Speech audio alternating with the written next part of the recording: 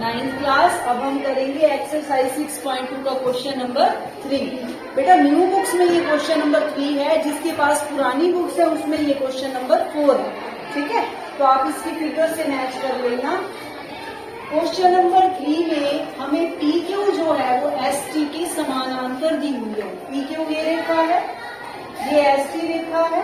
ठीक है, ये दोनों रेखाएं समानांतर हैं। अब आप कहोगे कहाँ है मैडम ये समानांतर, दिख तो नहीं रही। कैसे होती हैं समानांतर रेखाएं? आप ज्यादातर ऐसे सोचते हो, है ना, लेकिन अब समानांतर की परिभाषा क्या होती है कि जो रेखाएं आपस में नहीं मिलती। अगर मैं इसको आगे लेकर जाना चाहूँ, ये रेखा बनेगी ना, तो क्या ये आपस में मिल रही है? नहीं मिल रही ना, तो हम इसको समानांतर कह सकते हैं ना। ठीक है, तो ये हमें गिवन है कि पी क्यू जो रेखा है वो एस टी के क्या है, समानांतर। ठीक है, अब हमें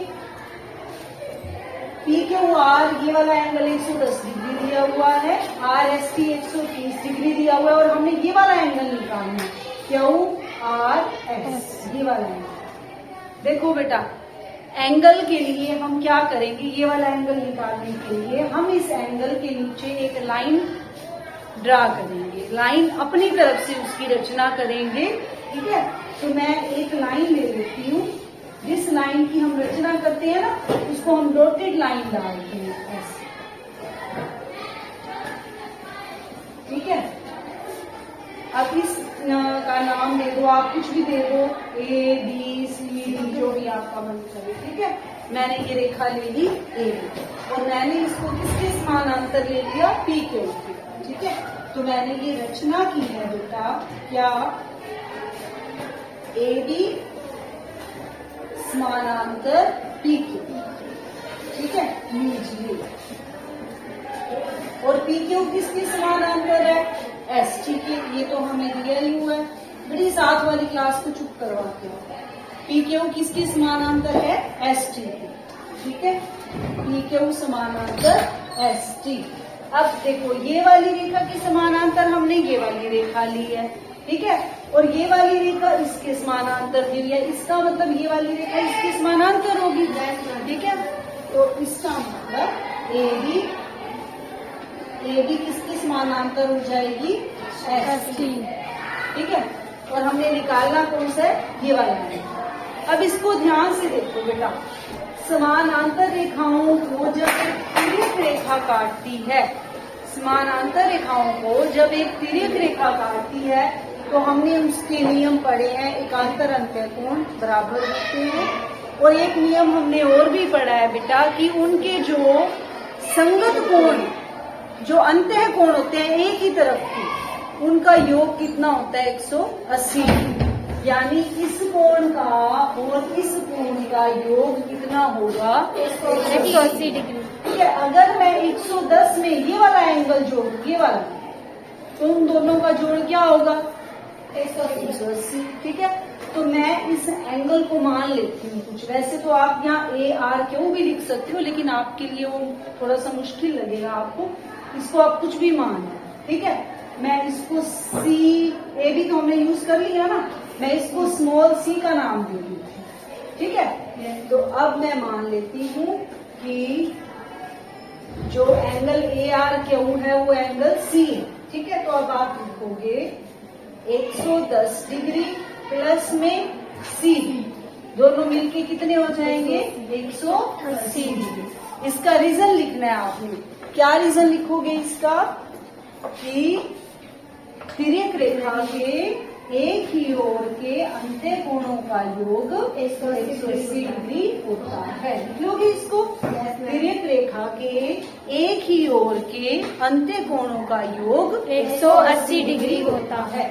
तो यहाँ से हम सी निकाल लेंगे, सी कितना आ जाएगा, 180 डिग्री माइनस 110 डिग्री, यानी क्या आ जाएगा, 70 डिग्री। अब इतना एंगल मेरा क्या आ गया, 70 डिग्री। ठीक है, अब देखो आप, इधर एंगल 130 है, ये भी कैसी रेखा है, तिर्यक रेखा। ठीक है, ये इस रेखा और इस समांतर रेखा के बीच में है ना, ये वाला कोण।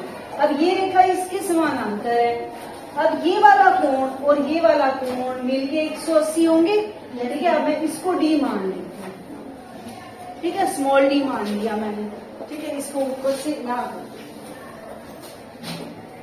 डी 130 प्लस बी बराबर 180 डिग्री। यहाँ पर भी वही रीजन लिखोगे, तिरेखा के एक ही ओर के अंतर कोणों का योग 180 डिग्री होता है। ठीक है, तो डी कितना आ जाएगा 180 माइनस 130 कितना आ जाएगा 50। ठीक है, अब ये वाला कोण आ गया 50, ये वाला कोण 50, ये वाला कोण 70। निकालना क्या है मुझे, तो इनके बीच वाला। ठीक है, अब ये क्या है, एक रेखा। अब रेखा पर बना हुआ कोण कितने डिग्री का होता है 180 डिग्री का, और ये सारा कोण कितने का हो गया 180, यानी 70 प्लस जो हमने निकालना है प्लस में 50, तीनों मिलके कितने होंगे 180 डिग्री। ठीक है, तो अब आप ये लिखोगे कि सी, जिसको मैंने सी माना है, प्लस में जो हमने निकालना है क्यू आर एस, यही था ना, ये वाला क्यू आर एस, प्लस में बी, मिलके कितने होंगे 180। ठीक है, कैसे है ये 180, एक ही रेखा पर बने कोण, रैखिक कोण हो गए नहीं, एक ही रेखा पर बने कोण, इनको हम कौन से कोण कहते हैं, रैखिक कोण। आप यहाँ रैखिक कोण भी लिख सकते हो। ठीक है, तो क्यों, अब सी कितना आया 70 plus Q R S plus D कितना आया 50 बराबर 180। ठीक है, ठीक है, अब यहाँ से हमारा क्यू आर एस क्या आ जाएगा 70 प्लस 50 120, तो क्यू आर एस हो जाएगा 180 माइनस 120, कितना आ जाएगा 60। ये आंसर आ जाएगा हमारा, यही निकालना था ना। ठीक है, क्लियर हो गया।